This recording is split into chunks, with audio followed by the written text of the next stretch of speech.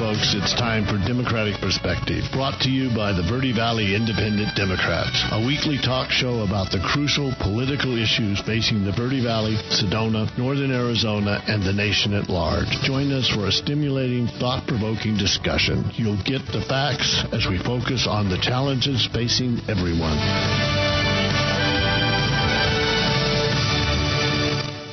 Good morning, audience. I am your guest host, Holly Plug. Steve is enjoying himself on a much-needed vacation, and we'll be gone the entire month of August. So every Monday morning, you will have a new guest host.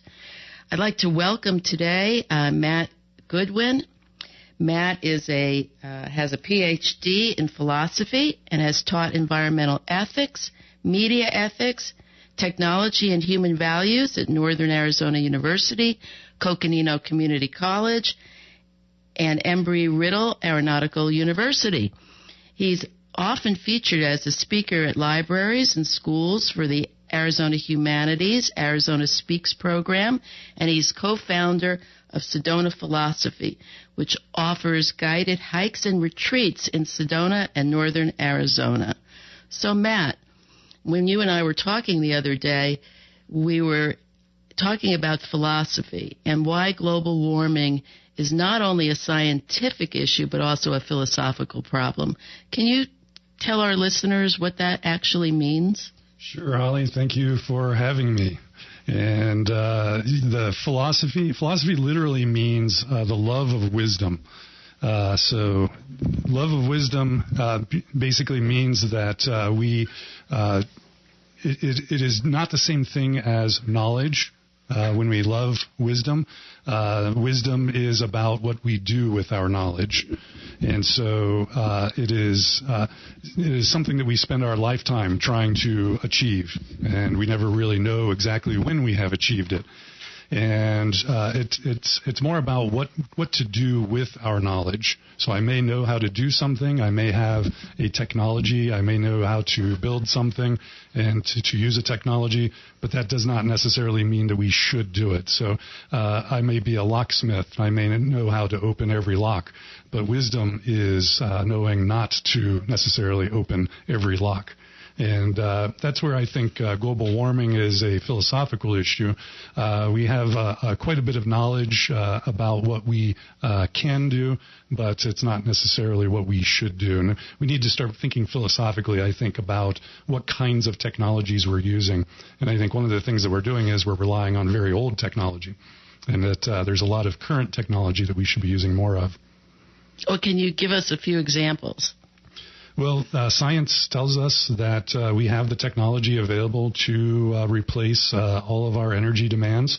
And so renewables, mainly solar and wind and hydro, are currently capable of replacing all of our fossil fuels. There's an author, Mark Z. Jacobson, that I recommend. He just came out with a book last year that details his plan for how you can do this. It doesn't mean that it's cheap, so I'm not trying to say that this is a free technology. It does require an investment, but it is a long-term investment that does mean that we will, in the long run, be making very cheap electricity. The difference is that the cost is up front, and that's one of the big challenges. And you know, I've been reading a lot about climate change recently, and you know, Sedona just the City Council approved the Sedona Climate Action Plan, which does contain a number of very specific actions that people can take. Can you tell our listeners a little bit more about what you see as the good, the bad, and what's missing from the Sedona Climate Action Plan? Well, the plan has 8 pages of specific action items, and at first glance it may look like almost everything is voluntary, which I think is a good thing. It's not something that's requiring any specific actions from any residents. So it's specific actions, but the majority of them are voluntary. Only a handful are actually regulatory, and of course the the regulatory actions are actually ones that involve the state or federal government as well. So it's not necessarily that the city is imposing any specific regulations, but there's voluntary attempts to try to persuade people to update appliances when they are at the end of their normal life cycle. I, for example, just had to replace my water heater. I had a gas water heater, and instead of replacing it with another gas water heater, I replaced it with an electric tankless water heater, which turns out to be much more efficient, and we really like it a lot. So it helps to have some incentives to help promote these things so that people understand that this is a good new technology. And that's a lot of what I'm seeing in the climate plan is attempts to incentivize and educate people on the alternative technologies that are available. And I know that the plan, the guidelines are, and the targets are to achieve a 50% reduction in carbon emissions by 2030. I mean, that is a pretty large target for a short period of time since it's 2021 right now. Right. And, I think there's definitely leeway in this plan, but what I've seen in other municipalities is that they've actually been able to do it a lot quicker than they anticipated. They've actually been able to get closer. I know that California ended up moving towards moving up their dates and their proposals because they were hitting all of their guides, their goals earlier than they anticipated. And what was the most effective features of their plan? How did they achieve them earlier? Well, I'm not sure that I can give off the top of my head the specifics of the plan, because part of it is it's a lot of different agencies working together.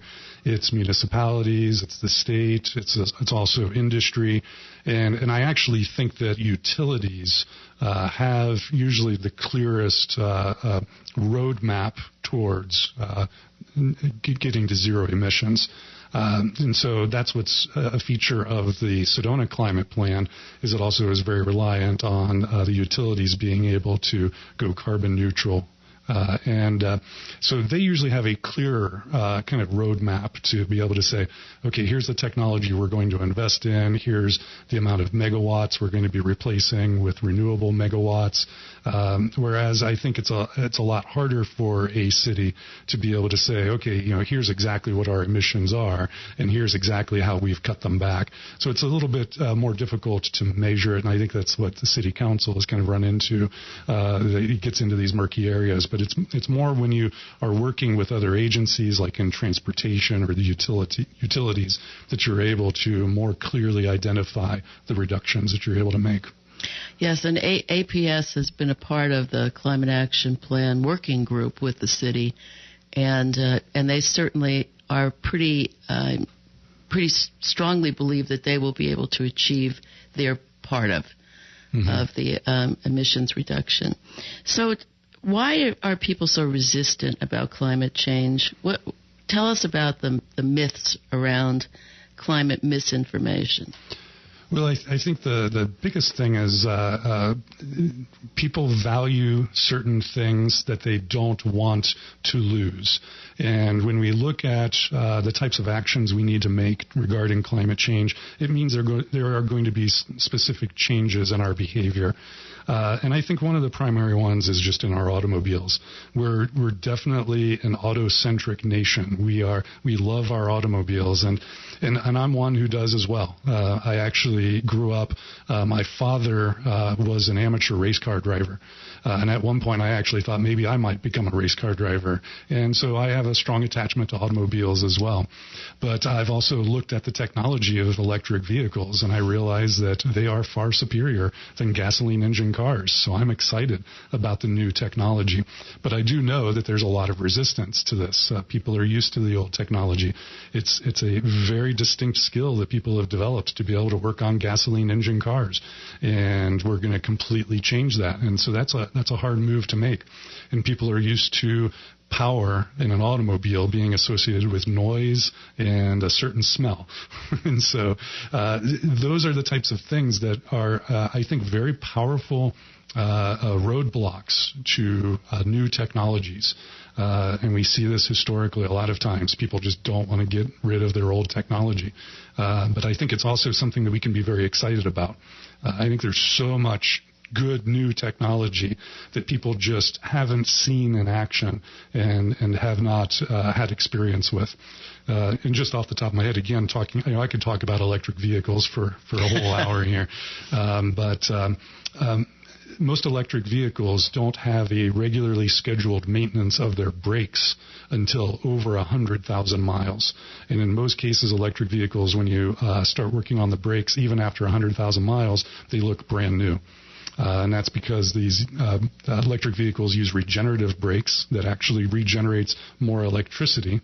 And so you don't actually use the physical brakes that are in the wheels.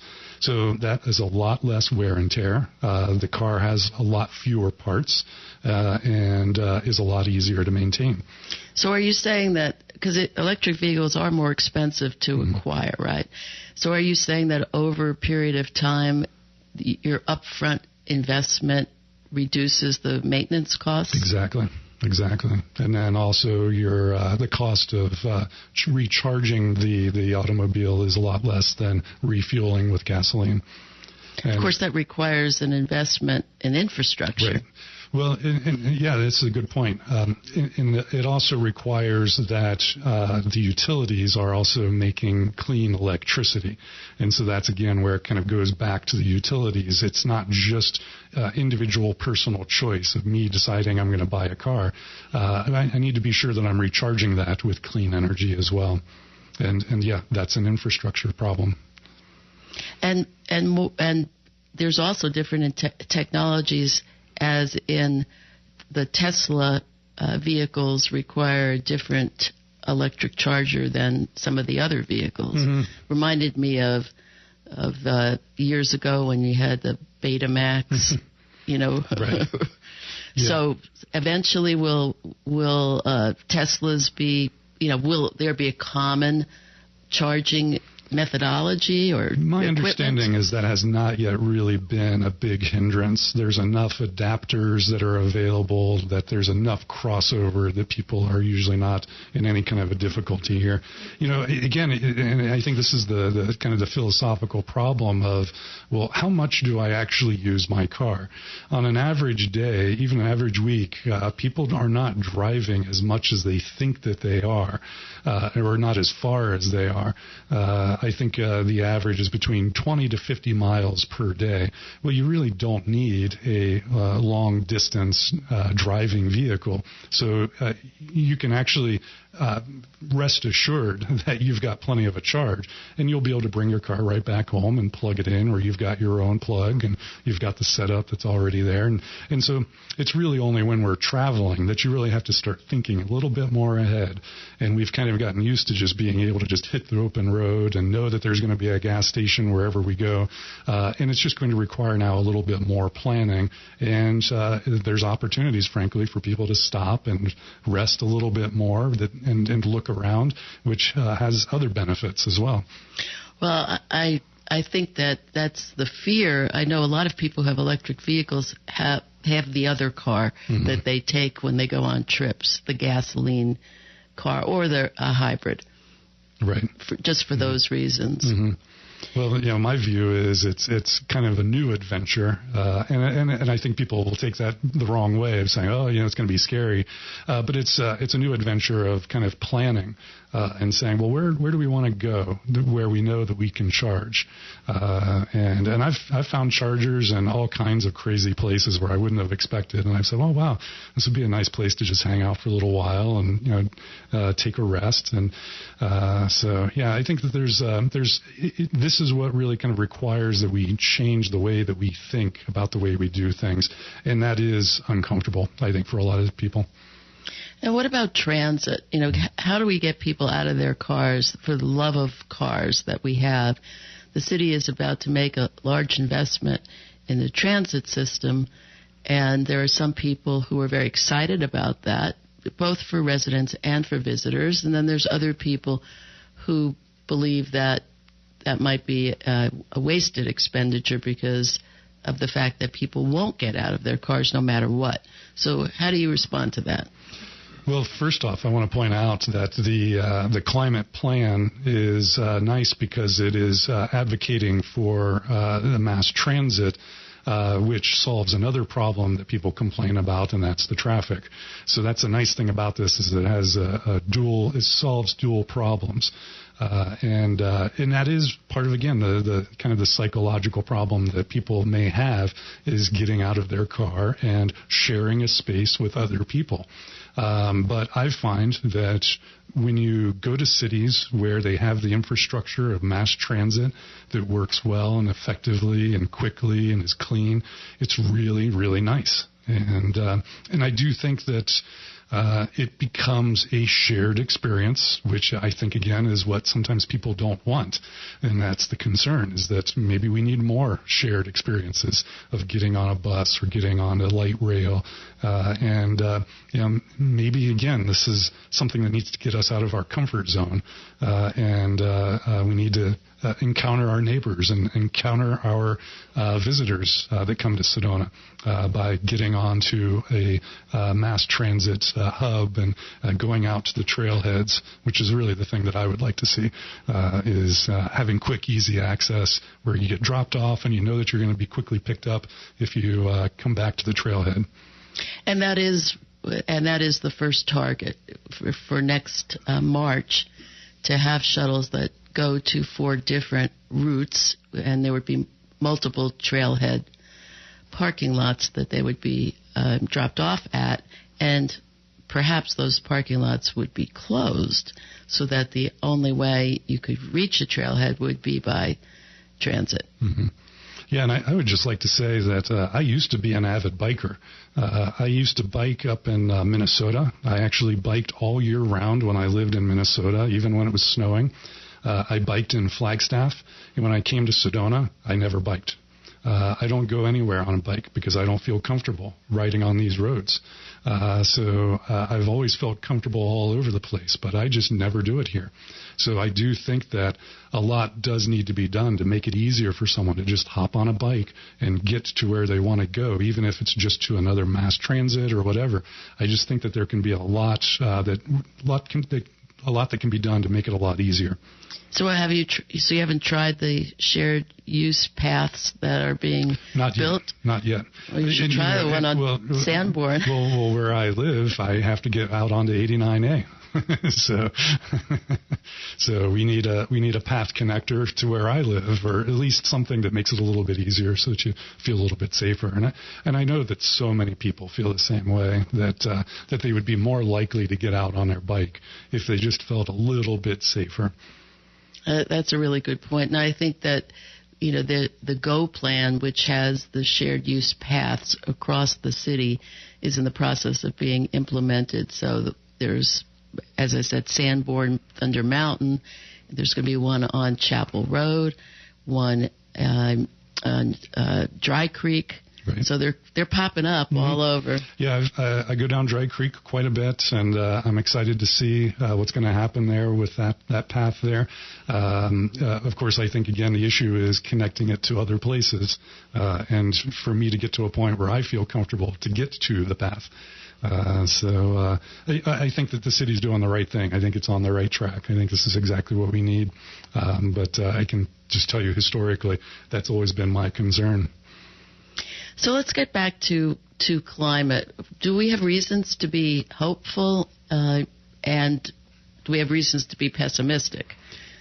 Yeah, the two main reasons I have to be hopeful is all of the scientists I'm reading are saying, look, we have a plan. We've got a way that we can reduce warming, and we can start seeing this by the end of this century if we start following the plan. And so they have very specific proposals. They say we know how to do this. And so it's a matter of the will to do what the science says. I'm also optimistic because I know that the younger generations have that will. I'm concerned that they will grow more pessimistic as they grow older, but they currently have that drive to do what the scientists are saying.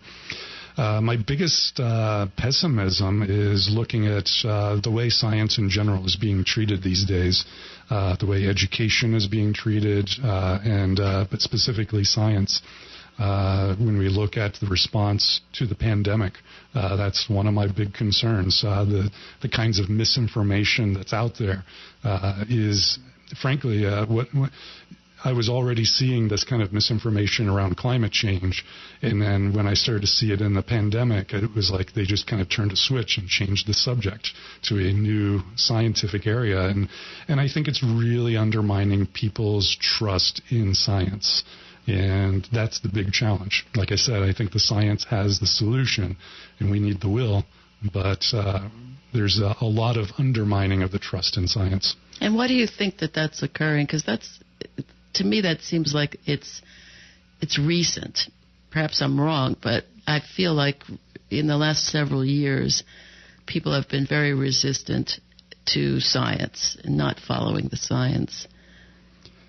Well, it's one of the features of science, I think, that is sometimes being exploited, and that is the upfront behavior, the upfront attitude that science has to say, these are the things we don't know. That's what science does a lot of. It says, okay, it doesn't do so much reporting on the things that we feel confident about, but it actually does more kind of self-reporting on what we're unsure of. And this is easy to exploit by people who don't want to do what science says. They say, aha, you don't know this. And we see this a lot, again, like I said, with COVID-19. There isn't 100% certainty from the very beginning of the pandemic. There's a lot that has to be learned. And so what people then only end up noticing is, oh, there were all these things that you didn't know. And even though there's greater certainty about other things, people really only notice the uncertainty. And they feel that, for example, the guidelines change. And they're like, well, what's going on here? Why do I have to do something different now? And it's hard to understand. And all they see is the uncertainty. And there's a general distrust in government. Mm-hmm. I know it is unsettling when, on Monday, the CDC has certain recommendations, and on Friday, those recommendations have been changed. I think all of us feel unsettled. Mm-hmm. Yeah. So what would you tell the audience about how to calm themselves down? Well, we naturally want normalcy. We naturally want things to be comfortable so that they're familiar, so that we know what we're doing. People don't like knowing or don't like being unsure about whether they need to wear a mask or not. And so that's a great amount of uncertainty that they feel unsettled by. But I think that here we kind of come back to that philosophical point. And like I said, philosophy is the love of wisdom. And it's said that wisdom begins in wonder. And it's when we start wondering about our world that we start to inquire more into it and we learn more about it. And so I think we need to have kind of a childlike wonder about what is going on, and a curiosity and a recognition that we may not necessarily know everything. And it requires kind of having a comfort with uncertainty sometimes. And that doesn't mean that we don't know anything, but it does mean that we have to be open to the questions that come up. And there is a kind of a marvel in science of the things that expose the limits of our knowledge. And it's uncomfortable to be at that point sometimes where we aren't sure about what we know. And I don't want to overemphasize the lack of knowledge. That's the danger. But we do need to get a little bit more comfortable with the lack of certainty. Science is not going to give us 100% certainty. It's always only a probability. And I like to remind people, and people don't like to fly next to me on an airplane, but I like to ask, how certain are you that the airplane is safe to fly? You ask your passenger sitting next to you? If it comes up. If they start asking what I do and I say philosophy and they start asking a little bit more, I might bring up, how certain are we that this airplane is safe? We have to put a lot of trust, a lot of faith in the systems that are in place. No one person is certain that the airplane is safe. there's a very, very high probability that it is safe because of all the systems that work together. So I'm not trying to make people nervous about flying, but we need to pay attention to how much do I really know that I'm really certain about, and how much is there a degree of faith in systems that are in place. And as you said, people are challenging the systems. People are challenging government. People are challenging science to undermine it. And they're doing it on purpose, frankly. Some people are. Well, those are excellent points, but I'm not going to sit next to you on the next flight. I'll sit a few rows in front of you. So, this summer we've had a lot of fear about, and rightfully so, about wildfires. And right in our backyard, the Raphael fire really challenged us. And I actually live in an area where we were on the ready status, and it wasn't too far away from me where they were on set status. Has climate change impacted the wildfires? And now people are extremely nervous that Sedona is the next paradise. And how are we going to get out of town if we need to, since we have very limited roadway systems? So what advice, what do you have to say about that, and what advice would you give folks? Well, this is a new uncertainty that we're going to have to learn to live with because of what we're doing with the climate. And this is exactly what's predicted by the scientists, is that our weather patterns are going to become more uncertain and less predictable, and we're not going to have quite the regular patterns that we're accustomed to. And I've talked to a young guy on a hotshot crew, and he says that when he talks to the old-timers, that the fires that they're fighting now are nothing like the fires that they grew up fighting, and that they're more intense and that they're more unpredictable. And so there are greater challenges for the people that are trying to secure our area against wildfires. And again, scientists won't say that climate change caused the Raphael fire. Fires are natural to this environment, but climate science does say that we are increasing the likelihood that the fires are going to be more intense, that they're going to grow out of control, and they're going to be less predictable. Now, is this due to carbon emissions? It's due to the warming environment. It's due to the drying of the Southwest. It's a drought that we're currently experiencing. It's due to the changing patterns of water and moisture in the atmosphere. What's interesting is that the expectation of a warming planet is that it will warm, but simultaneously will also have more moisture in the atmosphere. So overall, the globe is going to have more humidity. But the problem is we don't know where exactly that humidity is going to be. And several years ago, the Midwest farmers had some serious floods that they'd never encountered before, because it just so happens that around the Mississippi area, that's where all the moisture was. And that's part of what's unpredictable. And we wish it was spread out a little bit more, but we just don't know what kinds of patterns we're going to have. So do you think that the wildfires caused us to have monsoons this year for the first time in a couple of years? And then those monsoons created a lot of flooding. Flagstaff, I saw some photos of some really dangerous flooding, and right in the center of town.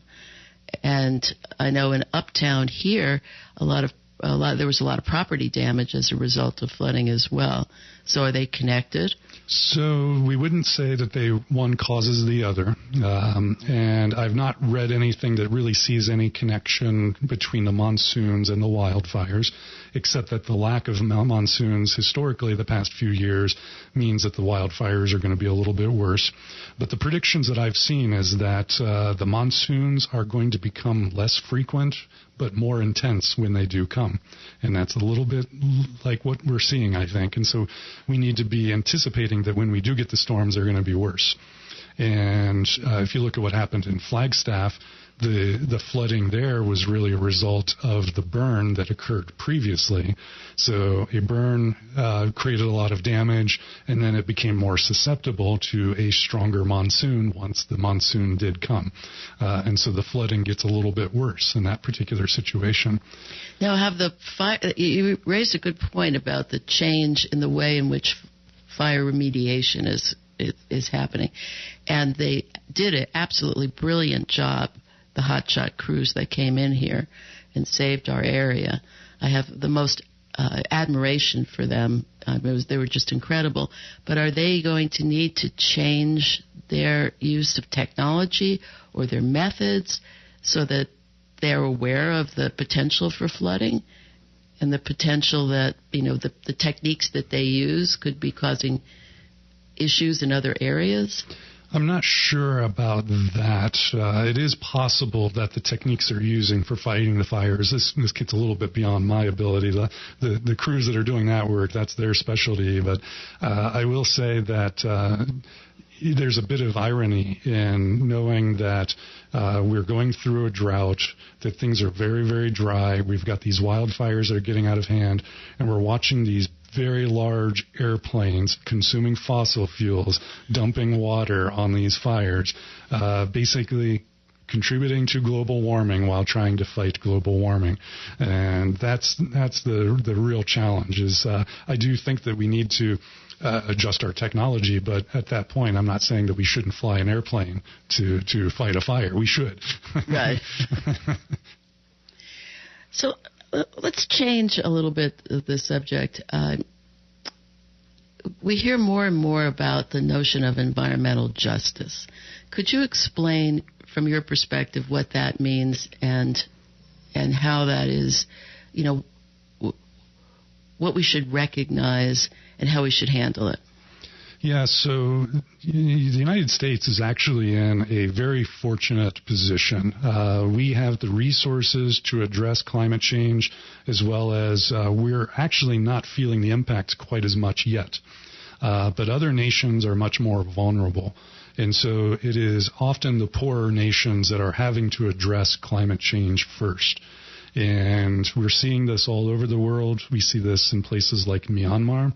We see this in Syria and Guatemala and El Salvador. These are all places that have experienced difficulties with their environment, most notably droughts for the most part, although Myanmar has been getting torrential floods.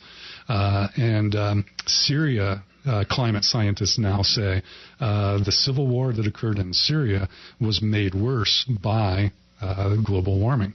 And there's numerous articles that detail this, that the drought that occurred there was intensified because of global warming. And what happened was the farmers that were living out in the country were unable to grow their crops, so many of them came into the cities to try to find work. And then there was a glut of people, and there was a lot of conflict then. And then the conflicts become noticeable as if they are sectarian or ethnic types of conflicts. And that's what we see them as, but we don't see what may have actually brought the people into the same space and into that conflict. So they were already in a stressed environment. And then what we notice a little bit more are the sectarian differences that then kind of bubbles up into visible violence. And in Guatemala and El Salvador, people are in the same situation. They're not able to grow crops like they're used to. So they have to migrate. They move to other places. And then that's creating stresses at borders across countries.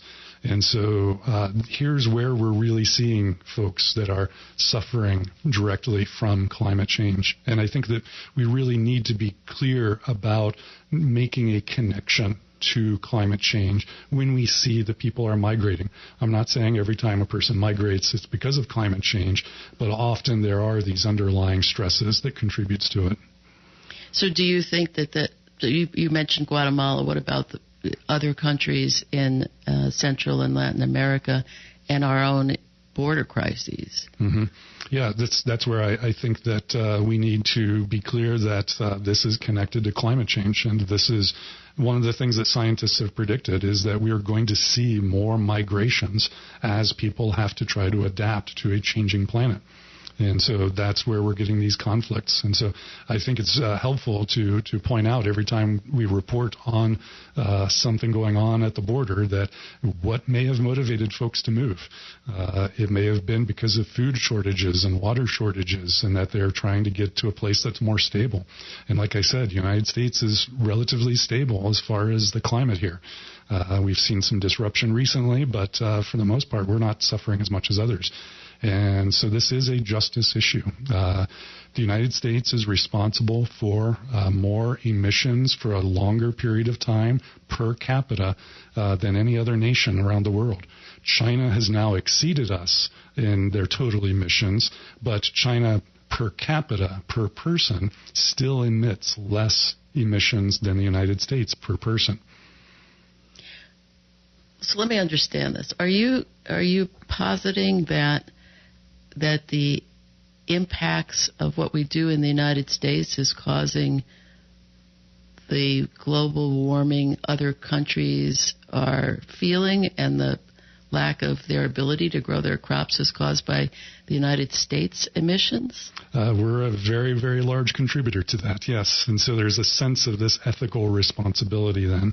And that means that we have some responsibility for what other people are experiencing elsewhere on the globe. And so in Sedona, if we meet our targets, what does it mean for the rest of the world? That's a good point. So we might meet our targets and we may feel good about ourselves that we've done the right thing. But if we don't get enough other people around the world to meet their targets as well, then we may still have suffering around the world as a result of climate change. So this is one of these paradoxes, as you might do everything right, but climate change is still going to happen because we need to get as many people as possible to do what is right. And I just want to add again, because we mentioned earlier about infrastructure, and we mentioned again about the justice that's experienced by other countries around the world. One of the best ways to improve people's lives in a poor country is to give them access to a solar panel that they can use to charge a phone that gives them access to the internet. And I was going to check the price this morning. I don't remember now what exactly the price is today, but for about $100, you can buy a 300-watt solar panel, a single 4x2 solar panel, and that's enough to charge a cell phone and give you access to the internet so that you have information that's available so that you can make choices. And you can really dramatically change a person's life in a poorer country with a very simple technology. And notice, it does not require massive infrastructure. You don't have to install utilities to every person in the world. You can move that solar panel anywhere. And so it's actually a very simple technology that can actually bring a lot of people out of poverty if we help to encourage this and spread this technology. You know, I did notice a number of years ago, I was in Mexico and driving out to see some of the ruins. You go through the countryside and see where people live out of the resort communities that you stay in. And what really hit me was the fact that there were a lot of homes that were basically shacks, but there was on the roofs of those homes, there were dishes, satellite dishes for television and whatever else one might use with satellites. So where's the you're talking about now using solar for these purposes, but solar wasn't available at the time I'm talking about. So how did electricity get into these rural areas? Well, I'm not familiar with the specific place that you're referring to, but I do know that in a lot of these places it's often illegally tapped into, which actually is very, very dangerous for the people that are doing that. So it actually creates a health hazard when people are trying to get electricity and they don't have access to it. But that's my understanding. I know someone who lived in an area like this that was what he described was at one point he was himself trying to tap into an electrical system, which is very, very dangerous. So this is the interesting thing is people want the technology, they want the information, and they will often endanger themselves to get access to that. And I think that if you helped to encourage people to get access to solar panels. Again, $100 is going to be tough for someone like that, but for us, it's not. And if we can be exporters and bring the price down of these technologies, I'm just amazed that Arizona is not the center for exporting solar technology. It just, to me, just is shameful that we're not doing more here in this state because we have so much plentiful sunshine. That we do. let's talk about water a little bit in our last few minutes. I read that that Lake Powell was going to hit the lowest level that it had since it was constructed in the 60s, I believe. And then due to the monsoons, the fact that we've had some rain, it might have delayed that one day. So it was supposed to be over the weekend, but I think it was last weekend. But the impact of the monsoons was perhaps going to make that lowest point on Monday instead of on Saturday or Sunday. What can we do about this? Well, that's a good question. If I remember right, I heard that Lake Powell is at about 36% capacity, something like that. And you're right, it is the lowest I think that it's been. And we may get a little bit of a stall here and there, but this is one of these areas that I'm not sure there's a good answer for this yet. And this is why it's so important that we start trying to reverse this as much as possible. Las Vegas spent a lot of money essentially drilling under Lake Mead and installing essentially a bathtub drain. They're basically saying, okay, we're ready to drain this to get every last drop of water out of Lake Mead if we need to. And that's pretty scary. So that's not a plan for filling the reservoir. And I think we have to be hoping that we're going to be getting more rain. And what can we do? The best thing that we can do, I think, is to try to reverse climate change. We're probably not going to see significant change in our lifetime. It's going to take concerted action in our lifetime to help people in future generations to recover from this. So it's not like things that we do now are going to fill up the reservoirs again. It's going to have to be a long-term plan that goes cross generations. It's not just about our own generation. So, the primary source of the water in the Lake Powell is mainly from the Colorado snowmelt. And Colorado is getting a lot less snow. And the monsoon may have helped us by one day, but it's going to keep dropping. So artificial snow may be good for skiers, but it's not going to save the planet. No. So what do you think that we haven't talked about that you would like to share? Well, I think probably the biggest thing is I think that this is a crisis that calls on us to become more informed about what's going on. I think this is an opportunity for us all to learn more about science, to learn more about the climate. It is fascinating to learn about it, but it's also kind of fascinating to learn about the misinformation that's out there and how it is that people challenge the science. So I strongly recommend that folks look at the new report that's coming out this year by the Intergovernmental Panel on Climate Change. That's the IPCC, Intergovernmental Panel on Climate Change.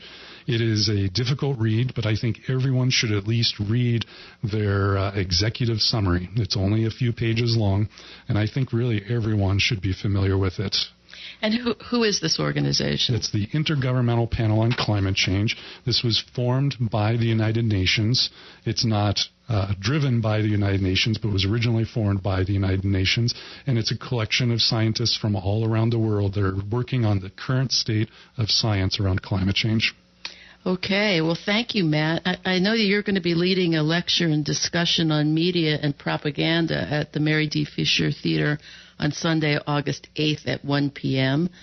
So if people are interested, you can purchase your tickets at the Sedona Film Festival .com. And I'd like to thank the Democrats of the Red Rocks for their support of this show and encourage a visit to their website where you'll see upcoming programs. I also want to thank the Yavapai Democratic Party and Steve Segner at El Portal Hotel. And thank you very much, Matt, for joining us today.